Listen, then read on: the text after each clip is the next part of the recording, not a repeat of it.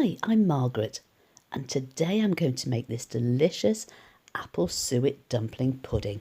It's a beautifully spiced apple dish, and it has to be served with custard. It's great to come home to on these cold evenings, so let's give it a go.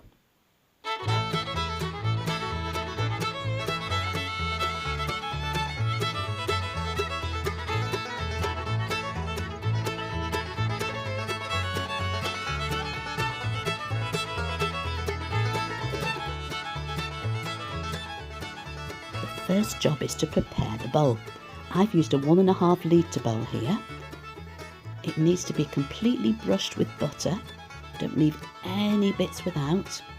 And then we're going to sprinkle demerara sugar to give it that lovely coating, make it nice and dark and sweet on the outside of the pudding. Now it's time to make the pastry. It's very simple and it's quite like the one that we use for the jam roly-poly. It's good to mix the suet and the flour first. That way every little bit of suet is covered with the flour before we add the milk. It makes a more even mix. A fork is a good tool to use. I'll mix it until it starts to come together. That's about it. Now to get it to fit that pudding basin. Plenty of flour.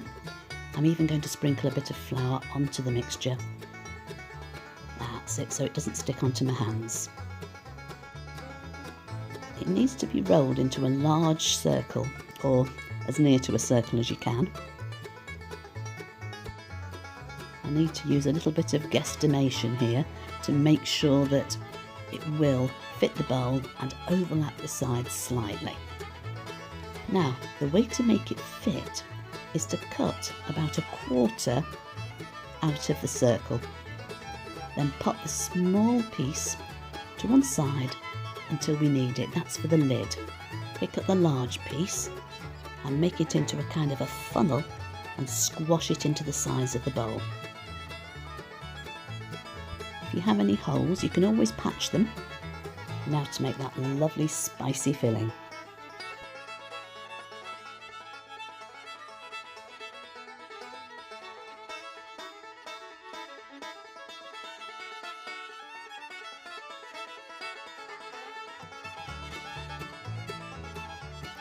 This part's really easy.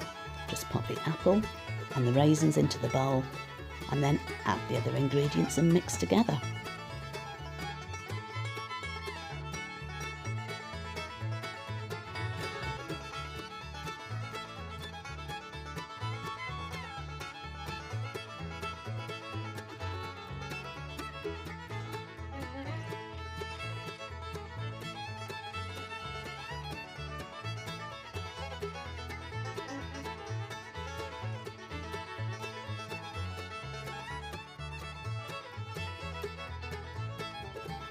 There you go.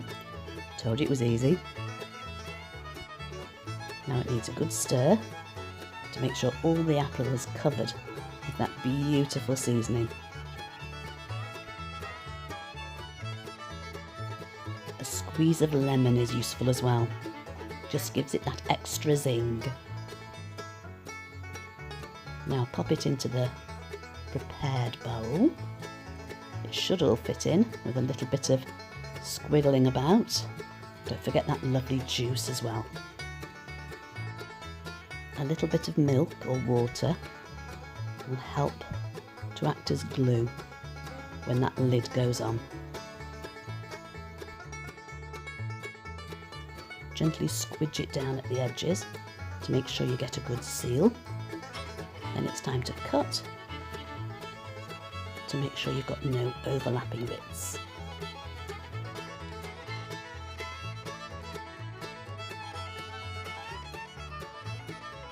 Okay, now let's get it ready for the steamer. I've got baking paper or greaseproof paper will do nicely, and some silver foil. Just like when we make the jam roly-poly, we need a fold in the paper because the pastry will expand. Same with the silver foil. and wrap that well round it. This will help to keep the steam out of the pudding. Cut a length of string, large enough to go round the pot, with a little bit more. Now most pots have a little rim at the top. You need to get the string under the rim and tie it quite tightly. A couple of knots to make sure it doesn't come off. And then, if you're feeling adventurous, pop one bit through to make yourself a little handle. This will be handy when you have to lift it out of the hot steamer later on. There we go. Got the edges, and we're all set to go. I've chosen a large pot and I've popped a little cloth in the bottom to stop the dish from rattling. An upside down saucer would do nicely, and then water right around, but only about halfway up, and your lid needs to go on just slightly at the top like that. Steam it on top of the stove for about 2 hours. Keep an eye on the boiling water, make sure it doesn't boil dry. After the 2 hours, your apple dumpling is ready to serve.